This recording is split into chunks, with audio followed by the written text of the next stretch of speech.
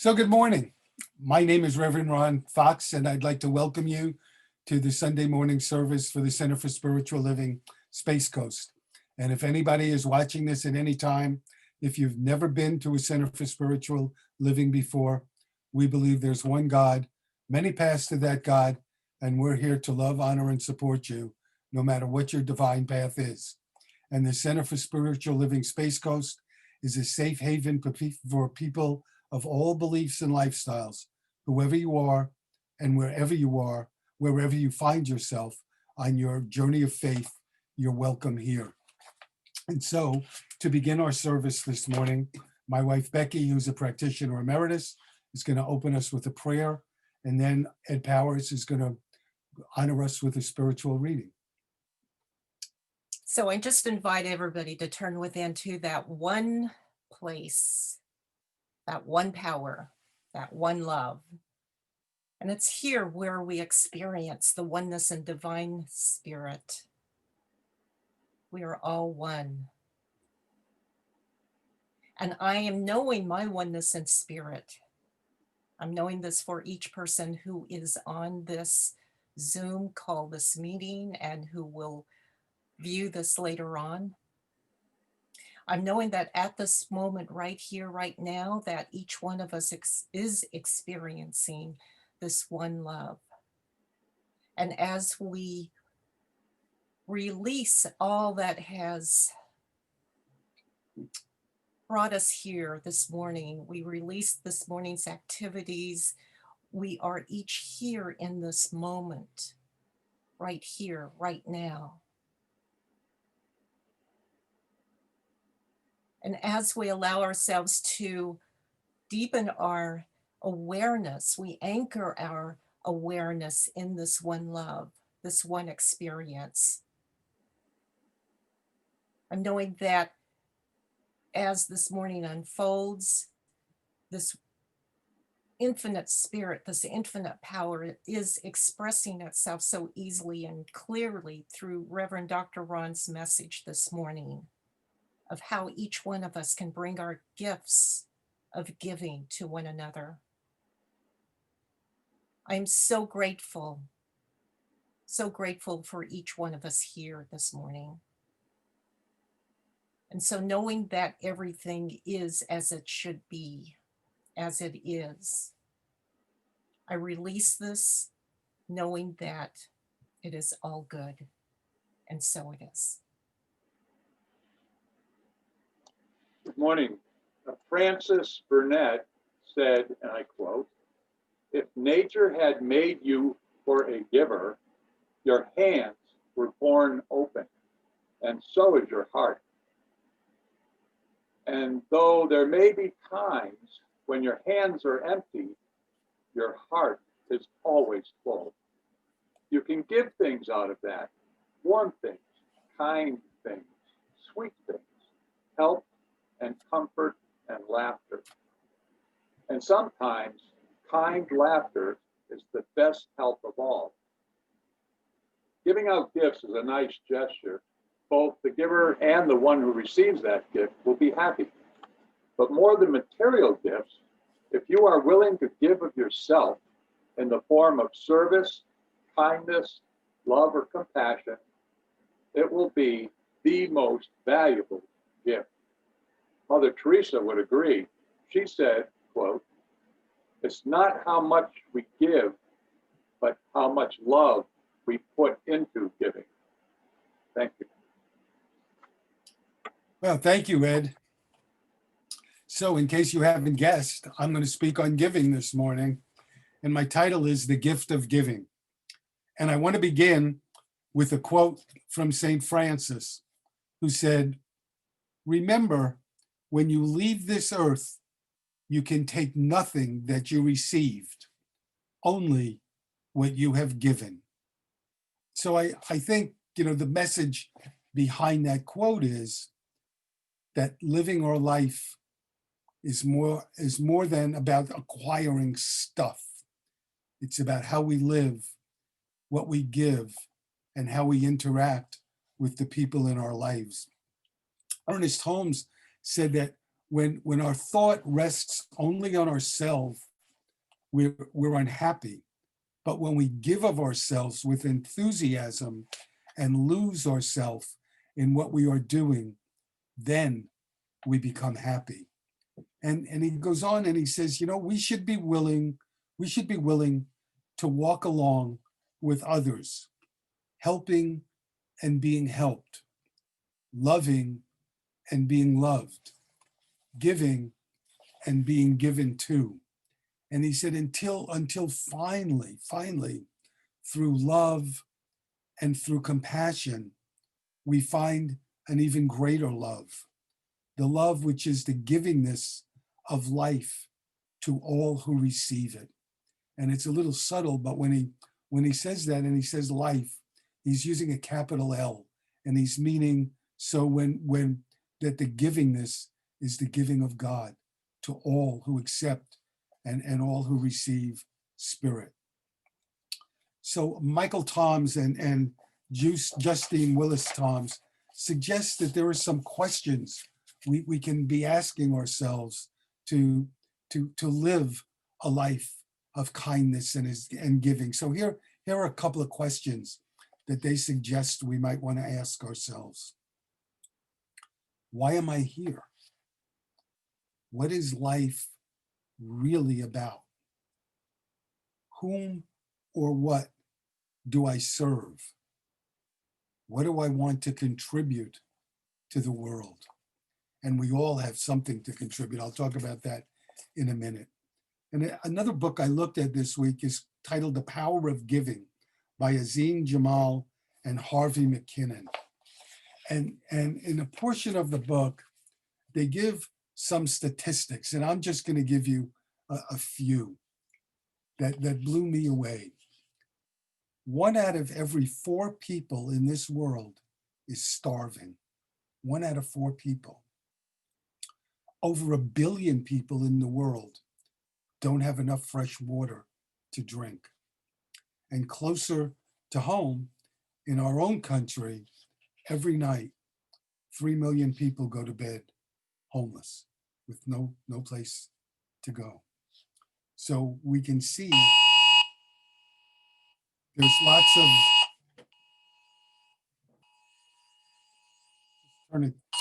sorry about that. That's a warning that came. Becky didn't have her phone turned off. So we can see there's lots of need out there, lots of ways that we can give. And what do we get? What do we get by giving? We find that we can develop new relationships. We can find a sense of empowerment, how good it feels when we give. We can feel that sense of pride and happiness when we can reach out and help somebody else. And we can feel a deep sense of peace and of love. And I just said, I believe we all have something to give. And so what can we give? We can give love.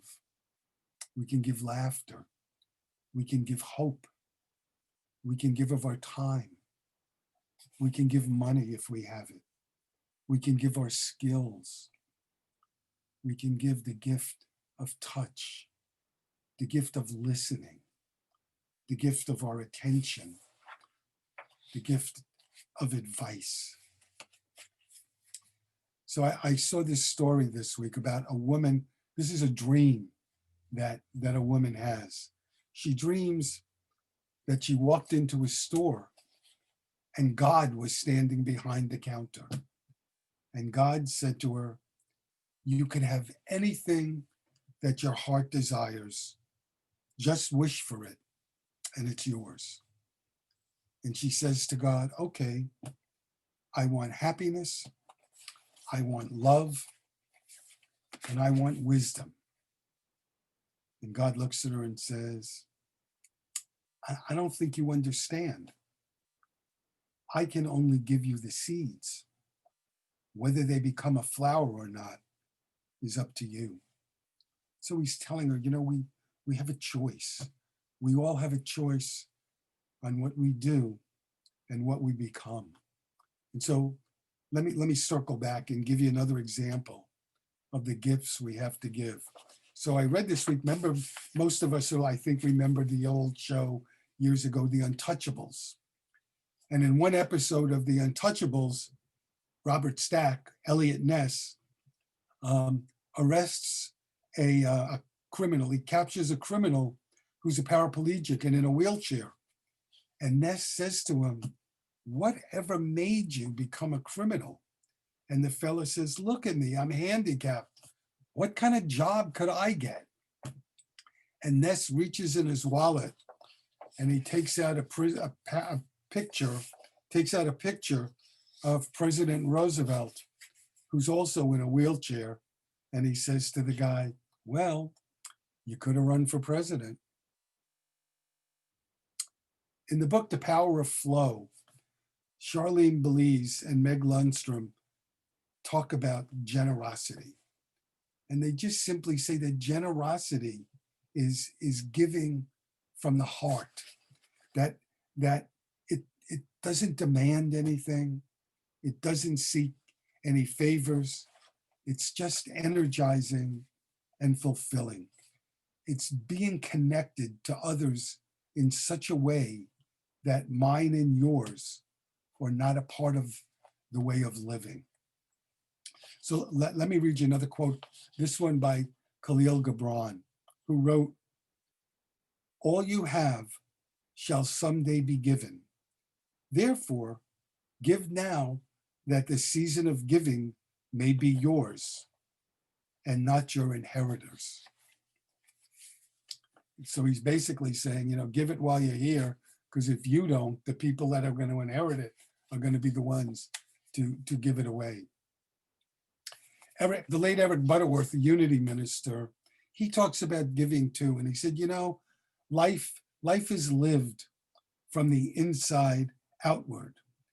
And the purpose of life isn't acquisition. The purpose of life is unfoldment and personal development. And in the book, he says, I believe that there are two kinds of people. There are takers and there are givers. And he goes on to describe takers. He says, takers believe that life is the sum total of what they can get from the world. And what they think is get, get, get. He says they scheme on how to get what they want, whether it's love, whether it's money, or whether it's happiness. And the irony of it is, no matter how much they get, no matter what they have, they never really know peace, they never really know security, and they never know fulfillment because they can never get enough. And he said, givers, on the other hand, are convinced that life is forgiving. They're focused on giving of themselves, whether it's love, whether it's service, and whether it's ways that they can invest in themselves for others.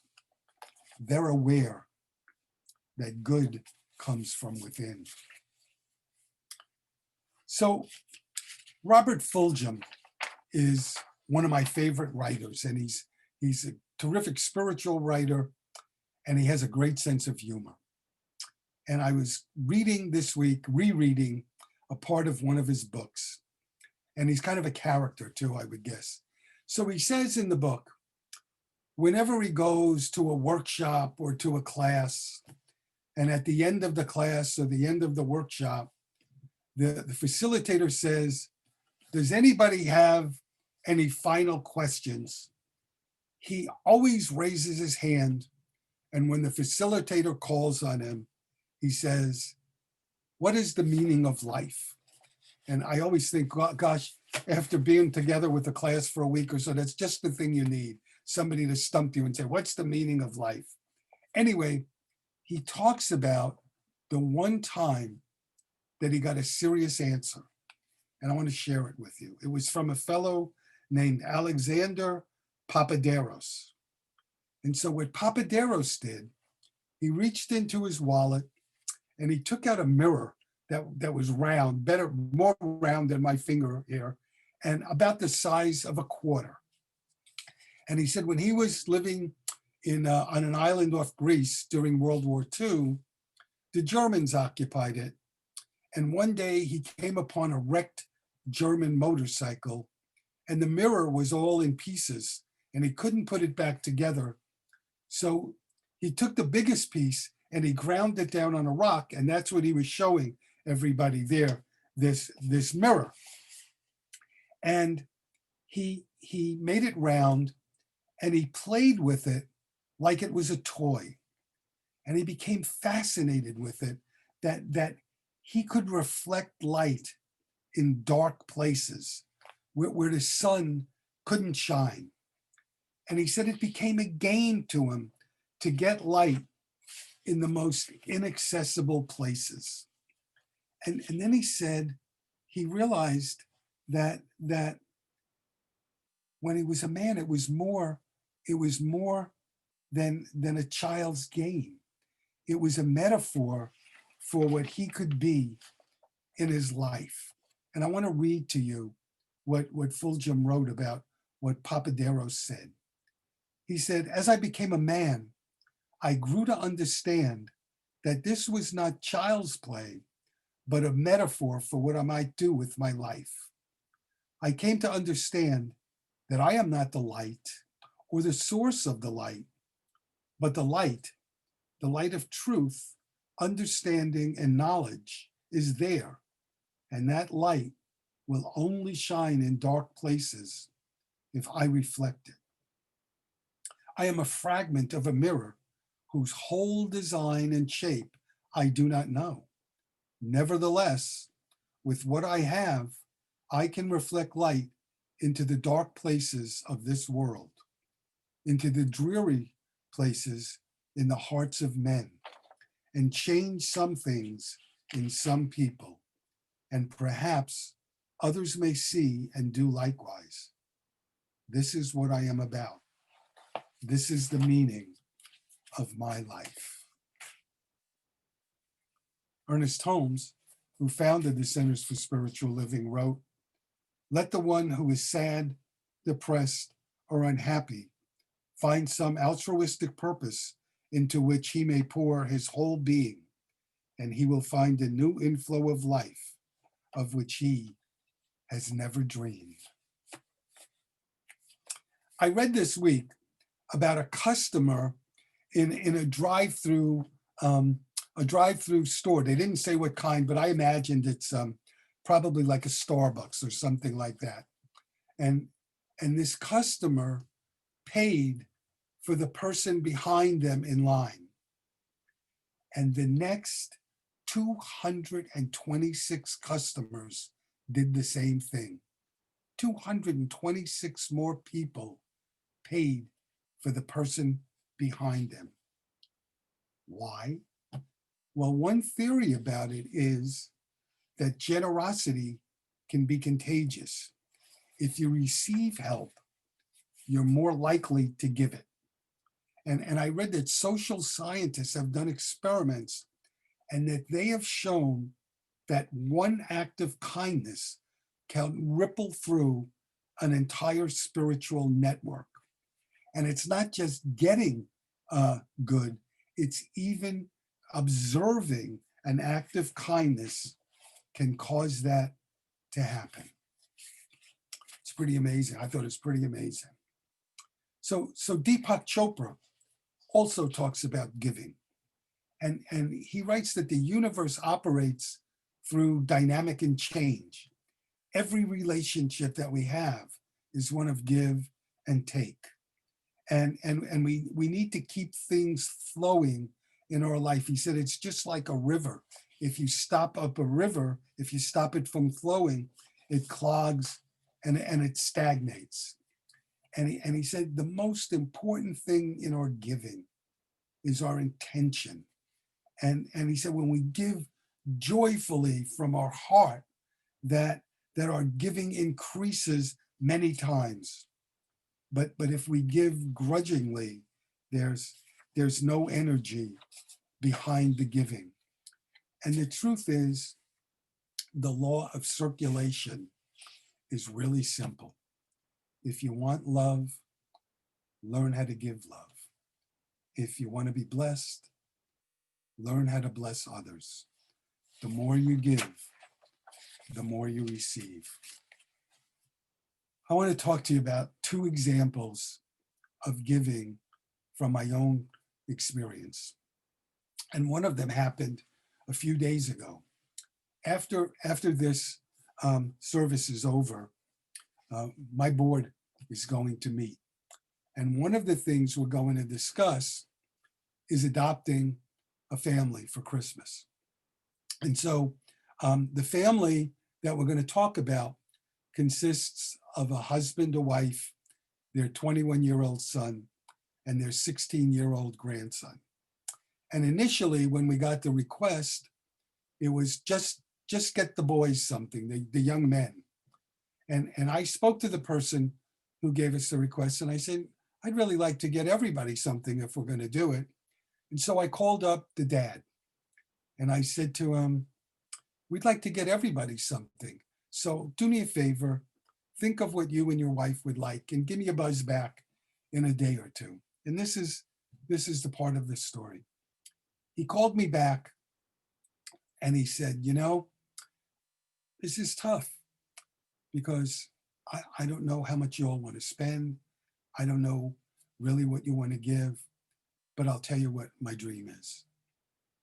He said, my wife has bad knees and I'd like you to get her something. And he told me what that would help her. And he said, but it's kind of expensive. He said, it's $60. So forget about me. Don't get me anything. But please, if you could afford it, get my wife something. I was so touched. So I told him, I'm sure we could afford that. Tell me what you would like. And so he gave me something. But I was so touched that here's this person and the head of this family that really doesn't have a lot to give each other, but that's what they cared about. That's what they were concerned about. So I want to tell you one more story about giving. And this one happened a long time ago, 25 or more years ago. I was in the school of ministry, and we had to do 10 internships. And for my last internship, I requested, instead of doing it at a church, to let me do it at a hospital. And it came to pass that I was able to do it. And the internship was every Friday night from 7 to 10, I would work at this hospital. The first Friday that I needed to do it, my car wasn't operating. And so I said to Becky, you know, I want you to see Becky while I'm telling this story.